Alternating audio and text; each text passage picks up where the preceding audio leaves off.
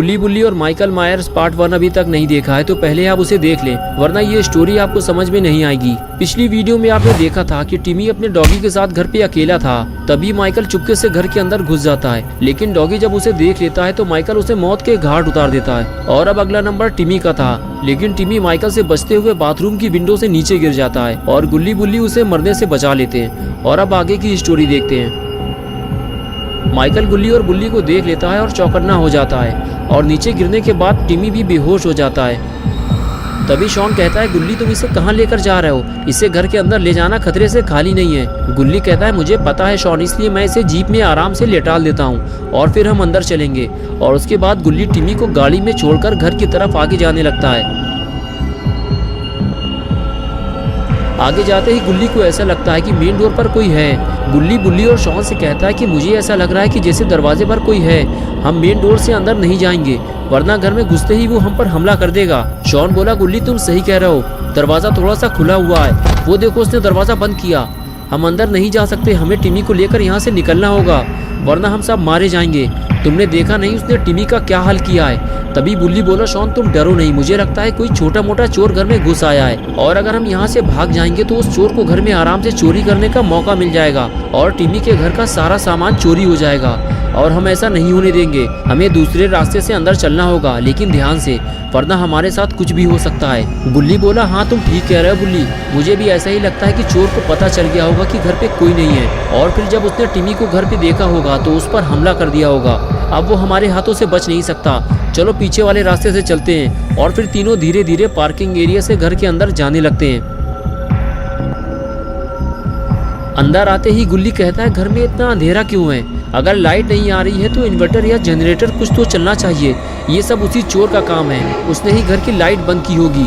चलो गुल्ली, हमें सबसे पहले घर की लाइट चालू करनी होगी, तभी हम उस चोर को ढूंढ पाएंगे, वरना वो इतने अंधेरे में तो हमारे हाथ नहीं लगने वाला।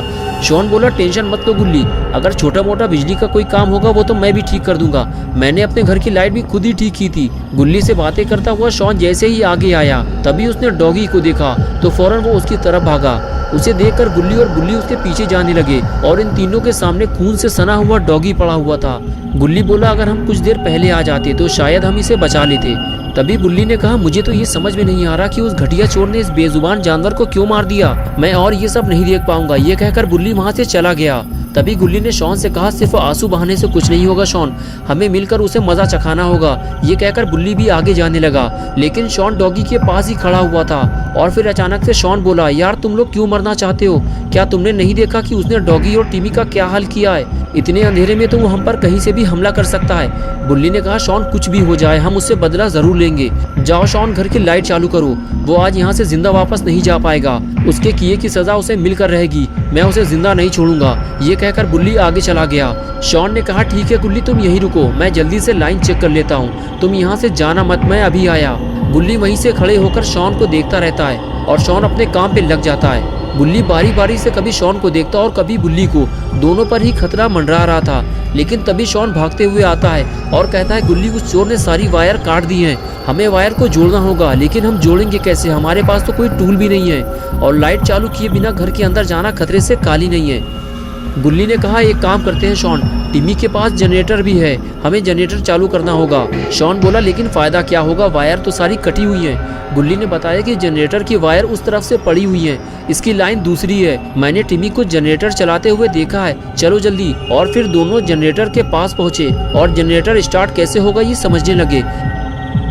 कुछ ही देर में गुल्ली समझ गया और जनरेटर को चालू करने लगा, लेकिन ये क्या हुआ, जनरेटर तो स्टार्ट ही नहीं हो रहा। गुल्ली बार बार कोशिश करता रहता है लेकिन जनरेटर स्टार्ट नहीं होता। थोड़ी देर बाद गुल्ली को समझ में आया कि जनरेटर में फ्यूल नहीं है। शॉन बोला, अब क्या होगा गुल्ली, यही एक उम्मीद बची थी, अब तो वो भी खत्म हो गई।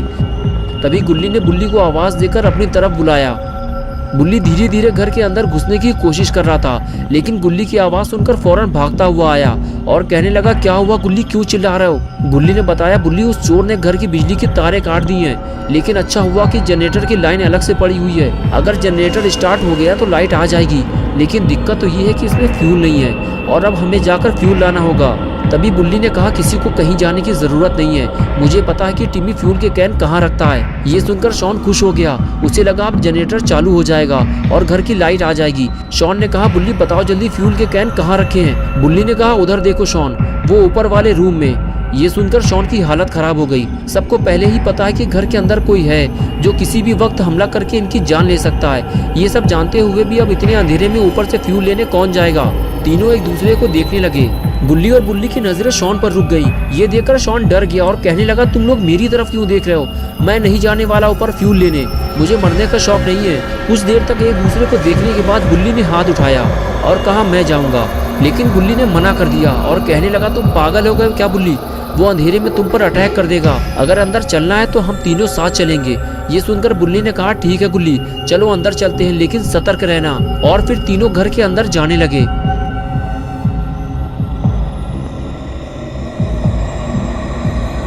बुल्ली और शॉन को लगा कि अंदर कोई छोटा मोटा चोर लुटेरा घुसा होगा जिसे तीनों मिलकर संभाल लेंगे और उसकी कायदे से सुताई करेंगे। यही सोचते हुए तीनों घर के अंदर चले गए, लेकिन जैसे ही तीनों ने माइकल को देखा तीनों दुम दबाकर घर से बाहर भागे। जिसे वो छोटा मोटा चोर समझ रहे थे वो एक सीरियल किलर है और जल्दी ही इन्हें समझ में आ गया कि बिना हथियार के वो उससे लड़ नहीं सकते। अगर इन तीनों में से कोई भी माइकल के हाथ लग गया तो वो उसे मौत के घाट उतार देगा। माइकल इन तीनों को देखने के बाद मौके की तलाश में था, लेकिन माइकल के हाथ से ये मौका निकल गया क्योंकि बुल्ली ने पहले ही गुल्ली और शॉन को अलर्ट कर दिया था। बुल्ली और शॉन तीनों भागते हुए जीप तक पहुंचे। अब उन्हें टिमी को लेकर यहाँ से निकलना है, लेकिन ये क्या हुआ, टिमी गायब हो गया। तीनों परेशान हो गए, अब टिमी को कहाँ ढूंढा जाए। तभी कोई पीछे से बोला। तीनों पलट कर देखने लगे, सामने टिमी खड़ा हुआ था। शॉन भागते हुए टिमी के पास गया और कहने लगा तुम यहाँ क्या कर रहे हो टिमी, जल्दी से गाड़ी में बैठो। टिमी बोला तुम लोग मुझे गाड़ी में अकेला छोड़कर भाग गए थे, मैं तुम लोगों को ढूंढता हुआ घर के अंदर जाने वाला था। शॉन ने कहा टिमी ये बातें करने का टाइम नहीं है, तुम्हारे घर के अंदर एक सीरियल किलर घुसा हुआ है, उसे मारने के लिए हम बाबा को बुलाने जा रहे हैं, जल्दी चलो टाइम कम है हमारे पास। और तभी माइकल वहाँ आ जाता है। बुल्ली माइकल को देखते ही शॉन से कहता है शॉन भागो वहाँ से जल्दी, और खुद वो गाड़ी में बैठकर पीछे हटने लगता है। लेकिन टिमी और शॉन अब फंस चुके हैं। माइकल बिल्कुल घर के सामने आकर खड़ा हो जाता है और दोनों को देखने लगता है। टिमी और शॉन के पास घर के अंदर भागने के सिवा और कोई चारा नहीं बचता और दोनों को घर के अंदर भागना पड़ता है। और ये देखते ही माइकल इन दोनों के पीछे भागता है। बुल्ली कहता है बुल्ली जल्दी कुछ करो वरना वो मारे जाएंगे। बुल्ली स्पीड से गाड़ी आगे बढ़ाता है और माइकल को उड़ा देता है। टक्कर लगते ही माइकल हवा में उड़ जाता है और गाड़ी जाकर टिमी के घर से टकरा जाती है। गुल्ली और बुल्ली परेशान हो जाते हैं कि गाड़ी से टकराकर माइकल कहाँ चला गया। तो दोस्तों क्या गुल्ली और बुल्ली माइकल को ढूंढ पाएंगे या फिर माइकल खुद इन्हें ढूंढने आएगा? क्या गुल्ली बुल्ली और शॉन टिमी को बचा पाएंगे या फिर वो मर जाएगा? ये सब हम देखेंगे पार्ट 3 में। तो दोस्तों अगर आप पार्ट 3 देखना चाहते हैं तो इस वीडियो को लाइक करें, चैनल को सब्सक्राइब करना और बेल आइकन क्लिक करके ऑल नोटिफिकेशन ऑन करना ना भूलें।